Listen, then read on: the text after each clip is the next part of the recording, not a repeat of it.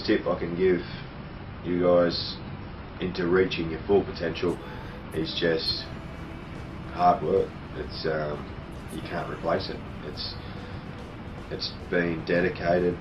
It's having the tunnel vision to know your ultimate goal and to really know what you've got to do to get there. There's people around you now in all your camps that you just need to ask questions about. If you don't know something, ask. Yeah, it's important to set goals, I think, for everybody, not even professional sports people. I think everyone needs to set goals for life. I wouldn't be in the position I am today if I didn't set goals and fulfill them out. So yeah, it's really important not to set major goals that you can't achieve, just little goals, little stepping stones, I like to call them, to get to the big picture. Yeah, when I was growing up, I set little goals like train hard and to get my fitness levels up to where they are today, and just all the little things, I think, to set those little goals to get to the big picture. You got to look ahead and hopefully strive for success. There's no point just coasting along. It's always important to set goals, and once you achieve those goals, set higher ones for yourself and continually looking to be successful. The Tigers line now. There's a decoy from Barret. Barret scores! Barret scores! Under the black. It is really important that the goals you set are realistic. It's no good setting a goal for yourself to score 8 tries on the weekend when more than likely it's not going to happen. I think small goals, small stepping stones lead into big goals. So I think you need to set goals that are achievable. You still need to set goals that are standards that are high, but you know, being realistic with your goals is pretty important.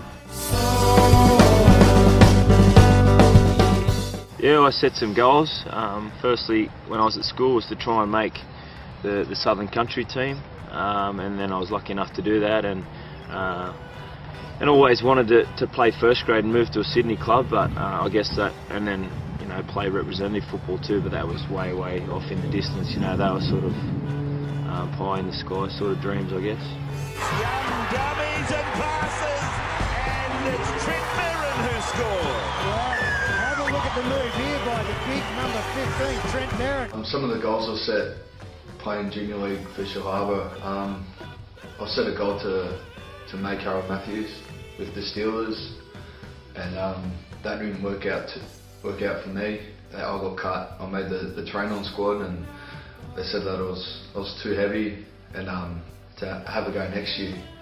So I was a bit cut up about that, and I went back to Shell Harbour and talked to my parents and asked what they thought that I needed to improve on, and they just said to work harder. So I went back to Shell Harbour and I set a few goals personally to play first grade for Shell Harbour, and I trained extra hard, or done the extra sessions after Shell Harbour training, and worked on my footwork, on my line speed, on my defence, just everything I thought that I could work on, and I knew myself that I wasn't good on. So yeah, I touched on those bases, and I played first grade for Shell Harbour that year, and I ended up playing Jim Beam Cup as well. So I succeeded further than what I set. So yeah, firstly I came down for Jersey Flegg at Parramatta. Firstly, I started off on the bench, so to try and get a starting spot, and then once I did that, just to try and play reserve grade. I guess always in the back of your mind, you hope one day when you're seeing first graders around that you want to play a game of NRL. But yeah, that was the main goal from the start, just to get in the starting side for Jersey Flegg. Yeah, as a junior, I'm originally from Temora, so you know, I didn't have a junior rep club. I got signed by Illawarra when I was 15 and went away to boarding school at St Greg's. And my goals as a kid were always to, one, make the team, and you know, do the best I could every week, and with my training stuff. But I had goals of making representative sides, and when I went to St Greg's, my ultimate goal was to make Australian schoolboys, and I ended up achieving that. But there was times along the way where I didn't achieve what I wanted to. I didn't set the get the, you know, prize that I wanted and set myself. I missed out on making a country under 15s team, and I was devastated.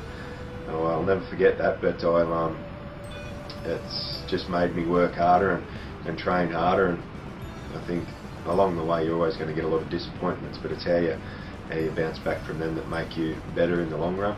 You can make you hungrier, and not everything's going to go your way all the time. So yeah, every week. I guess all clubs are different and players are different, but I always had pretty much goals that I live and die by each week. Support play, so tried not to put too much of a number on hit-ups and tackles and things like that, but I guess just making sure that preparation was right and that I'd have myself in the right frame of mind to be involved in the game and tick those boxes every week. If I write stuff down still that I want to get through in a day, and that helps me. One, I feel like I've accomplished something during the day, and two, you know, you feel good about yourself when you sit there and you can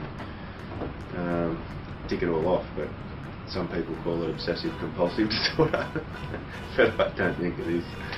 So yeah, there are a few of my goals, and I'll work hard to try and achieve them. Yeah, some of the setbacks in my career, I think, started when I was about 15. I tried out for Aaron Mats, and I got cut. I think that was one of my biggest upsets growing up, because that's what you train hard for and you play for, is to make those rep teams. And yeah, that was a bit heartbreaking for me. I went back and I was real down about it and upset, but lucky I had good parents to help me out and push me through that part. But as well as trying out for the schoolboys, New South Wales schoolboys, I trained hard for that as well and put in my heart for that team, and I got set back again. So they were two boards in I think in the same year, and there was a stage there I thought about throwing in the towel and giving up, because I couldn't handle all the setbacks and all the letdowns. And my old man tapped me on the shoulder and pulled me aside and asked if this is the career I wanted to choose. And after all the setbacks and all the letdowns, I still wanted it. My heart was in it, and I still wanted to play rugby league. And he backed me 100%. My parents backed me 100%. And then I trained my ass off with Shahaba in club footy and put my heart into that. And I set a few little goals, like to play first grade for Shahaba, and then Jidban Cup come along, and which helped me out a little bit, achieving those little goals. But I was still heartbroken from the setbacks I had before, and I think that's what gave me the hunger to achieve everything, because I didn't want to feel that feeling anymore. All the letdowns and all the heartbreaks. I think I shed a few tears over them too. So that's one path I didn't want to go down again. So I think that's what made me push myself a little bit harder. Injuries is a huge one. I've had a couple of bad ones, and there's times when you think that you're not going to get back to where you were, or it's not going to heal properly. And I think that's all a real mental toughness to convince yourself and just to do the hard work that'll get you back where you are. My first year at Canterbury, I was actually on the bench at one stage, and it looked like I was probably going to go back to reserve grade. So that really made me sort of, no disrespect to reserve grade, but it really sort of just made me reassess where I was at the time. It was yeah, I obviously wanted to be in the starting side for Canterbury, so it looked like I was going to be in reserve grade. So that really hit home to improve on that, and also got dropped from the Origin side a few times. 04 was probably the biggest one. You know, we'd played the first two games, and then I got dropped for the third one, and they ended up winning the series after that. So that was a pretty big thing to swallow. But the best thing about that is you're around your mates at club footy, and we ended up going on and winning the comp that year. So you know, representative thing, great, and it's great for individuals, but we're a team sport and we just want to play with our mates and the guys you train week in, week out with, and we're lucky enough to go through and win a comp. The trophy of supremacy goes to the Blue and Whites of Canterbury.